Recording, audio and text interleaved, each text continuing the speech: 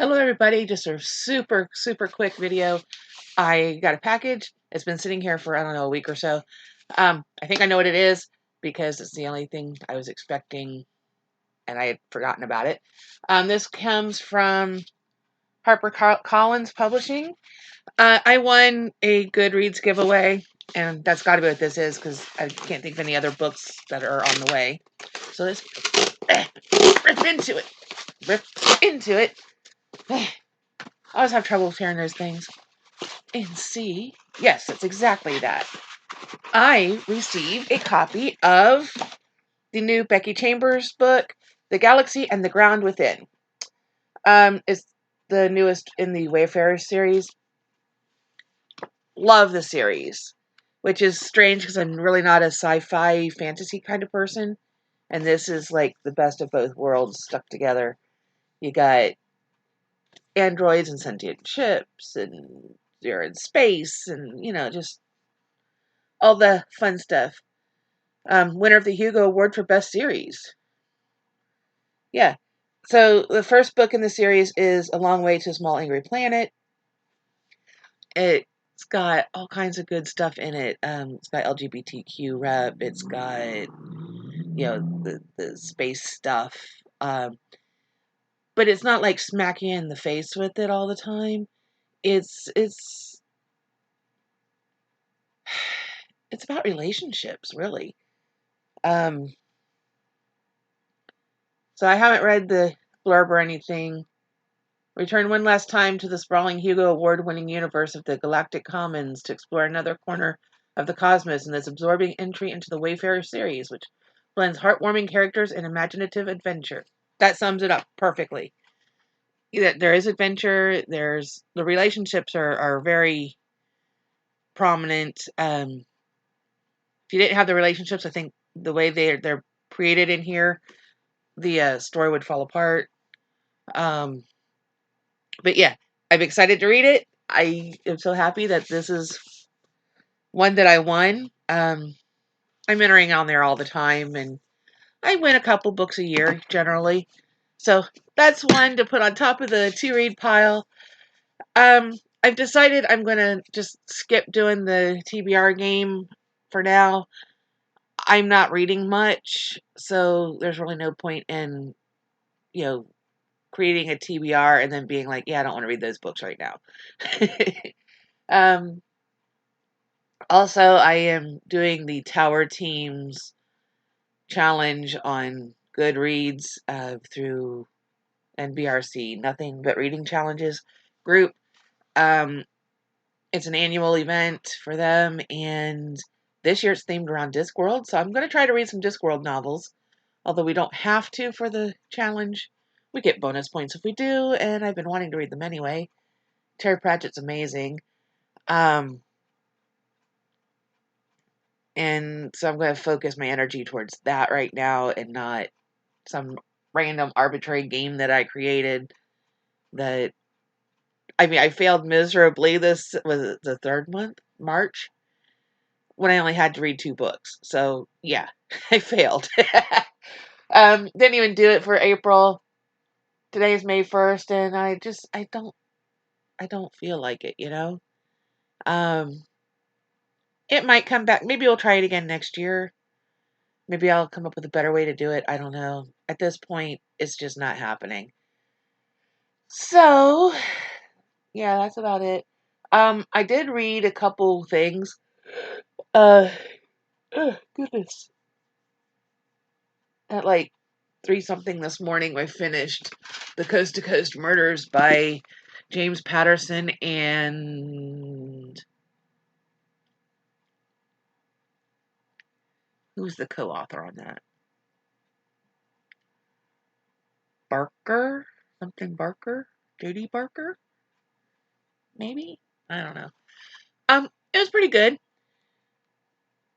It was strange, and you weren't entirely sure who you were following the whole time because there was the whole thing with the multiple personalities, or what's it called now? Dissociative identity disorder. There was that theme running through it. There were, is it this person really doing it, or was it this person doing it? they're chasing this guy. Are they chasing the wrong guy? Or are they chasing the right body but wrong brain? I mean, it was very confusing, but ultimately not a bad book. Um, and yeah, the murders kind of made sense with the stuff that the person had gone through growing up and what have you. Anyway, I read Dash and Lily's Book of Dares. This was so much fun. Um, there were some moments I was listening to it on audio while reading it physically, while in the van going from here to the hotel we stayed at this week for work. And I mean, perfect amount of book because the drive was roughly 4 hours. This took just a hair under that. I finished the book like 5 minutes before we got to where we were going. So it was pretty cool. Um, a lot of fun. I would hang with Dash in a heartbeat. He was just too damn cool. Very bookish. Hangs out at the Strand. I want to go to the Strand. If I ever make it back to New York, I'm going to the Strand. Lily was quirky. Almost too quirky.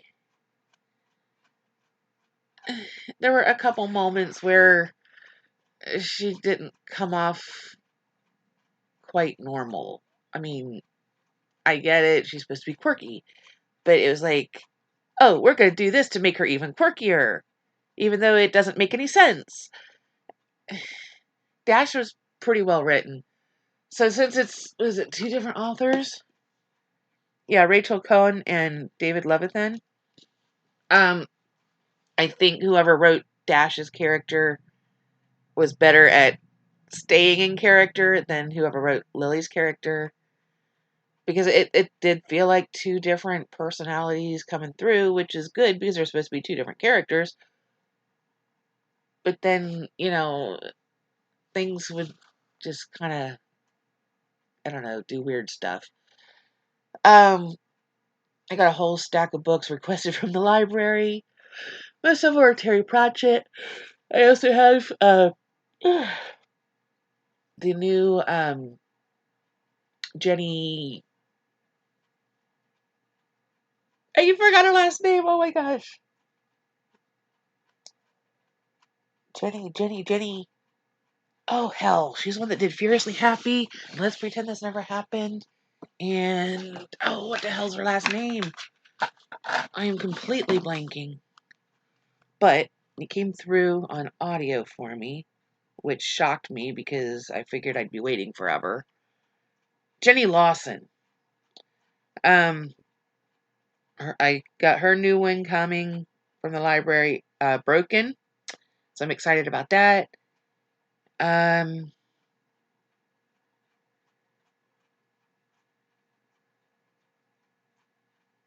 okay. I've got Dash and Lily's, the 12 Days of Dash and Lily downloaded. I have one called Lemon Drop Dead by Amanda Flower. It's a brand new, just came out. Part of the Amish Candy Shop series. Love that series, so I'm happy that came out. I have Mistletoe and Mr. Right and The Tourist Attraction by Sarah Morgenthaler. I just read Enjoy the View, which is actually the third book in the series. So now I got to go back and read books 1 and 2. I think it's Tourist Attraction is 1 and Mistletoe and Mr. Right is 2. Anyway, they're set in this little town in Alaska. And I Enjoy the View so much. I actually gave it 5 stars. I enjoyed it that much. I got the second Proust book downloaded. Hopefully I'll actually get to it. The problem with Proust is they're really long, and you got to be in the mood for it because they're not fast paced at all. They're fairly slow paced. It's a classic, so I picked up Ghostwood's Song by Erica Waters. Waters. I could look on the shelf there, but I saw books and Lala read it, and it sounded pretty good, so I picked it up. Kate Claiborne's Love It First, I have picked up.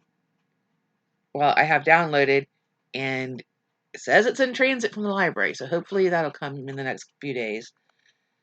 And then, of course, I picked up some of the Terry Pratchett stuff. Mostly it's the Tiffany Aching series. I want to read those 5 because I like witchy stories. But he also has a witch sub-series within the Discworld thing. So I'm going to read the one series, and then if I have time, I'll go back and grab the other series. Oh, I've downloaded that 2 different places. That's interesting. Yeah, that's all part of the same series. Okay. So anyway, that's my goals. Now, whether any of that actually happens remains to be seen. Let's stick this over here to be recycled. So yeah, that's the plans coming up for bookish things. Next week, we're going to Muncie, Indiana, Salina, Ohio, and Fort Wayne, Indiana to do some assists because those aren't our normal team's stores.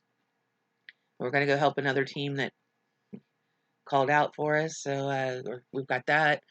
The following week, we're going up somewhere around the Cleveland area. I know we're going to Elyria and a couple other places. And the week after that is also scheduled, and we're going to be in the Columbus area doing our biggest store. So that ought to be an adventure. We're still a little bit short-handed, so hopefully we'll be getting a few more people soon.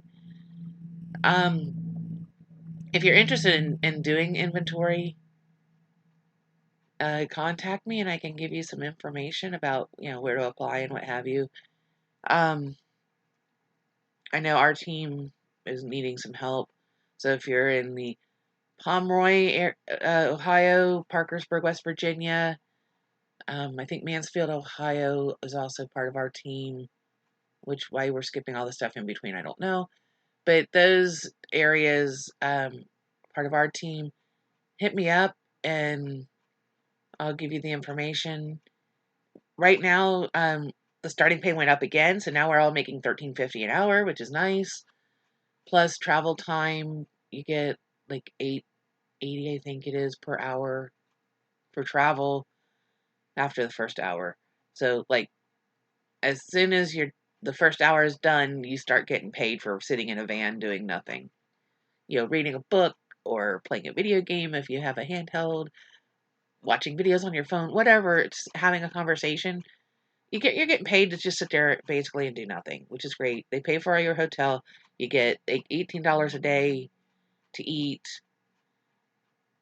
So I mean, they pay you a lot.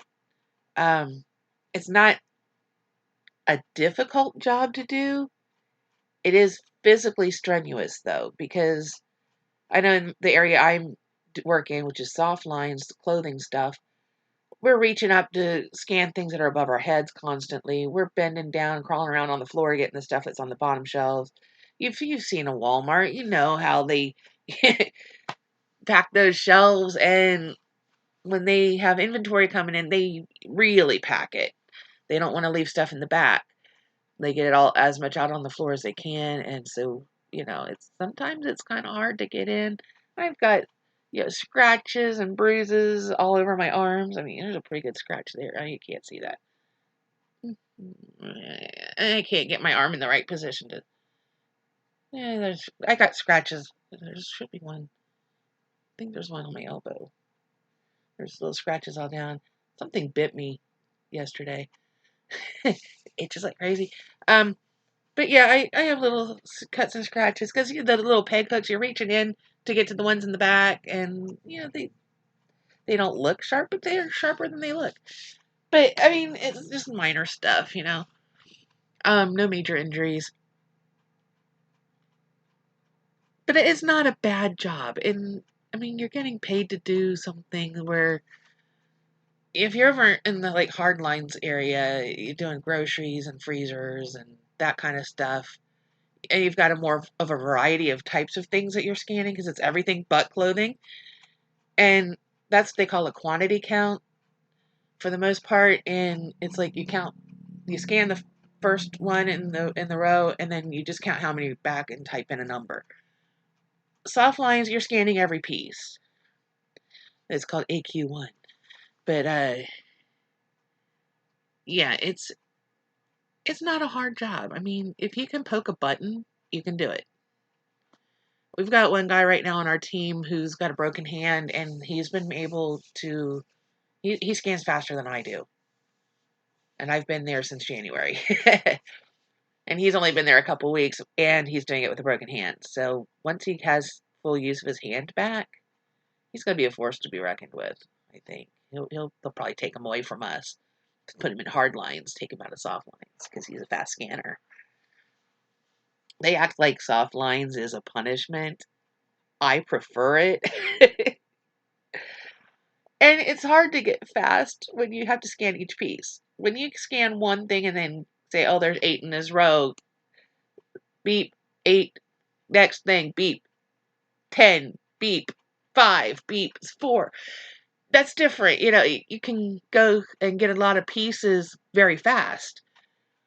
Where if you're going beep, item, beep, item, beep, item, beep, item, beep, item, it sounds like you can go quickly and you're getting a lot of beeps, but you have to turn the tags around and you gotta, fight how the other pieces on the rack because they all want to slide together and you got to keep them separated so you know which one you're on. And it's a two-handed job. So I don't know how the dude with one hand is doing it right now, but he's kicking butt for sure. My son joined the crew, so he's all excited. He's getting paid. I'm going to buy video games. I'm like, you've got other stuff you need to spend that money on. Of course, mom. um, but yeah, to me, the hardest part is being away from home so much. We're traveling all the time. And usually it's one hotel for the week. We'll do 3 stores. Sometimes we get a 4th store. And we all gripe when we have a 4th store. But because by the time you've done 3 Walmarts, you're dead tired. And you're like, I just want to go home. And they understand that because, the managers are there too, doing all the same stuff. But it's fun. We have a great crew. We have some really fun people. And I don't say I look forward to going to work, but I look forward to seeing the people that I hang out with because they're fun and we're all goofy. Everybody's got a weird sense of humor. You kind of have to have a bizarre sense of humor to do the job, I think. Otherwise, you just go nuts because it's repetitive. But, so are other jobs. I used to work in a factory. That was really repetitive too. But what made it good was the people. And, usually when we hit a Walmart, the people there are pretty nice. We've had 1 or 2 stores where they acted like they were mad that we were there because they had to do work, or different work than what they normally do. And they didn't like that we would pull things that were missing tags, but we can't scan it if it doesn't have a tag. So that's their job, is to then take those items, create tags for it, but they're not allowed to put it back on the shelf until inventory is complete. Because once we clear a tag or one of our tags, an inventory tag, if they put something else in there, then that's going to throw our numbers off and make it look like we skipped something. And if they have to do, for some reason, that tag comes up on the audit and they recount that tag and find that it's way off because something's been added in there that, wasn't there before, they're going to be like, why'd you do that? Why did you skip this? And be like, they put it back out when they weren't supposed to. Now, then if you scan stuff and there's more pieces than what's on the shelf when they do the audit, they assume that a customer bought it. So if you're off 1 or 2 pieces more than what's on the thing, chances are somebody bought it. If you're under what's actually there, that means you missed something. Or somebody put something there after you scanned it. and they're going to blame us before they blame, the store or what have you. So they're not allowed to put anything back out, and that makes them mad because then they've got these carts of stuff just sitting around. Well, what are we supposed to do with it? We don't care what you do with it. You just can't put it back on the floor until we're done. Until all recounts are done, everything's done and wrapped up. Then you can do it. But until then, you can't. Find a place to stick it. Put it in the fitting room because you're not using the fitting rooms right now. Which is annoying because if you got to buy something to wear, like I was trying to buy pants for work and I wasn't sure what size pants to buy because I've lost weight over this whole COVID mess. And not just a little bit, enough that none of my clothes fit. So, I'm like, I got to buy pants for work. I bought a pair of pants and I bought them in the men's department. And I was told, whatever your women's pant size is, add 20, and that should be your men's pant size. Fine. I couldn't find any in that pant size, but I knew that it was going to be too big anyway, because the pants I was wearing were already too big. I mean, to the point where I didn't even have to unfasten them to take them off. Now, jeans, unless they're the pull-on kind, like jeggings, you need to be able to fasten and unfasten them to get them on and off, right? Didn't even have to anymore. They just right off. So the fact that belt is required as part of our uniform was a good thing because it's the only way my pants were staying on. They had gotten so loose. But when I bought a pair the size smaller, they were a little snug. I thought, oh, this is going to be bad because I forgot my belt last week. And I thought, how am I going to, wear these pants? Because if I put my wallet in the pocket, they're going to fall down. The last thing we need is for me to lose my pants in the middle of Walmart. So I tried on the pants that I bought in the men's department. And that had been a little on the snug side. I was going, I hope I don't rip them out because, I can't find them in my size without going online. Although some of the stores have like the size lower and the size or two sizes higher than my size, but they never have my size, right? So I put them on and they were too big. So I've lost more weight apparently. And yeah, I can't win. None of my clothes fit. But anyway, yeah, that's an adventure, and I'm sure y'all really care about that. But that's really all I have. I'm just sitting here rattling on, waiting for my son to get his butt out of bed, and so he can go do fun, exciting things like laundry.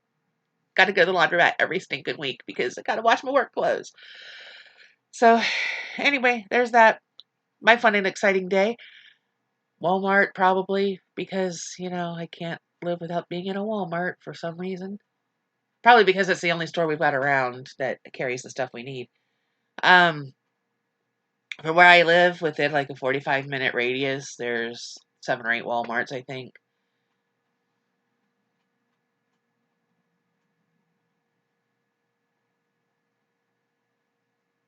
Yeah, there's at least 7. So, yeah. Fun. And there's no Targets. There's no... I think the closest Target's around 2 hours away. I'm not driving 2 hours just for that. Kmart closed. We don't have any Meijer stores in our area. So that's our choice, is Walmart or Walmart. Yeah. So even though I'm in Walmart minimum 3 days a week anyway, most weeks, sometimes we've got on assist, we do other things. We did Hobby Lobbies, and we've done Dollar Tree, and we've done Dollar General, and we've done Family Dollar. We did a Fresh Time Market up in Michigan, which is like a little grocery store. We did a place called the Christmas Tree Shop, which you would think would be like a Christmas shop, but it's not. It was like everything else. I didn't see anything Christmas in the store other than the name of the store. But, We get called out for random things occasionally, but for the most part, our team does Walmart. I did a Target. Um, I was sent for a Friday up in Grand Rapids, Michigan to help assist on a Target. And the weird thing there was, one, it wasn't Walmart. So it was kind of nice. I'm like, I remember Target. I used to work at a Target.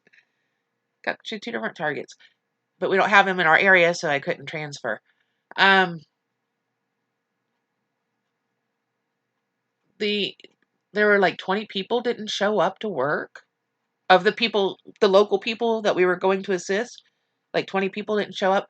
They called in the Target employees and handed them scanners and made them work, which I thought was very strange. Obviously, it's not a hard job if they can call people in and say, hey, you can have overtime, come do inventory, and hand them a scanner and say, here's what you do. uh, so obviously, it's not a hard job if they can just hand you a scanner and say, do it. What else? I don't know, that weekend, we didn't get home until really late because it's the distance, the driving distance. It was, I would say, probably close to an 8-hour drive. I didn't walk into my house until 1:30 in the morning on Saturday morning. And then we had a 4-week Walmart week the next week, which is very unusual. We had to leave Sunday afternoon. So the one day I had off was spent doing laundry and buying groceries and then getting back in the car and going. That doesn't happen very often. Thank goodness. I'm not on a Sam's Club crew, so the weird thing about Sam's Club is they don't want you if you've never counted one, but how are you going to learn to count them if you don't go and learn to count them? It's the same thing as we want to hire somebody with experience, but you can't get experience unless you have the job. Yeah, it's that same weird cycle. So there's only a handful of people that go on the Sam's, and I guess they're pretty quick to count. Probably because everything's in bulk, so it's big stuff. You're not going to have very many on the shelf, and you can go through it pretty quick. So I don't know. Anyway, I'm just rattling on about stuff that y'all don't care about. So, um, I mean, the main point of the video was the book. So showed it, talked about it. Let's move on. Remember to do all the fun YouTubey things. Comment, like, share, subscribe. Ring the bell icon to be notified of whenever I upload videos. And I think that'll do it for now. And you can see me in the next one. Bye.